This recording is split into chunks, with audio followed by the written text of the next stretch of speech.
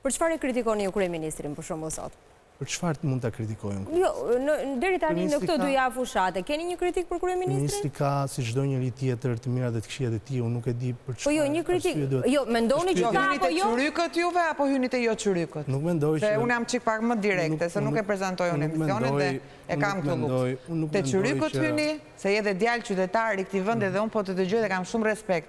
Po të paktën ju që jeni të rinj, duhet keni guximin dhe të thoni që derisa jemi aty dhe keni luksin që jeni listat e mbyllura, nesër pas nesër do përpiqemi në thonjza që këtij kryeministri ta qetësojmë pak, ta ulim me këmbë në tokë, ta bëjmë më etik, sepse jeni dhe prindër me fëmijë. Domethënë ti the që unë e kam luksin që ti bëj nesër kritika, por nuk the asnjë fjalë që atyre fëmijëve ai u tha shkoni googloni fotot e mia nuda. Jo, nuk është, këto janë fakte. Po këto janë fakte, unë e di që ju brenda vetes skuqeni për ato që bën ai, se merrni kosë dhe ju që s'keni pikë lidhje, sepse jeni të panjollosur, por të paktën të keni guximin ta thoni. Për çfarë guximi? Të keni guximin ta thoni që realisht keni mbi krye një njeri që gjua politike, nuk është gjuhë politike kjo.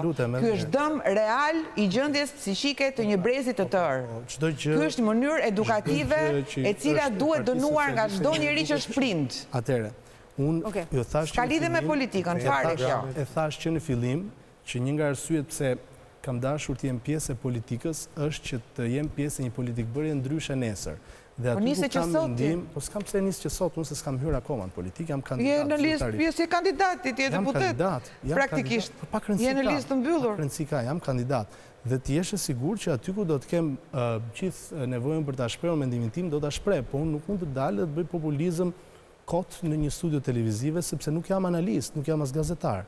Por po mbaj një qëndrim politik për partinë cilën përfaqësoj dhe po shpreh statistikisht arritjet që ka Partia Socialiste në këto 3 mandate. Aty ku ka dhe duhet kishte bërë më mirë, patjetër duhet bërë më mirë, por kjo nuk përmendet kurrë. Është vetëm ideja për të hedhur balt dhe lum ndaj një partie politike e cila tashmë e qeverisë ndaj një partie politike që ka gjysmën e politikanëve të vetë, ose në hetim ose brenda pasekurave. Unë dëgjoj shpesh që bëhet fjalë për hedhje balt. Nuk po bëjmë asnjë lloj hedhje balt dhe ne nuk mundet që të krahasojmë qeverisjen e Partisë Socialiste në raport me atë të Partisë Demokratike të para 12 vitesh, sepse ajo jo vetëm që ka ikur me vot, por ti më ke lënë një paket premtimesh të cilat unë bëj pastaj analizën.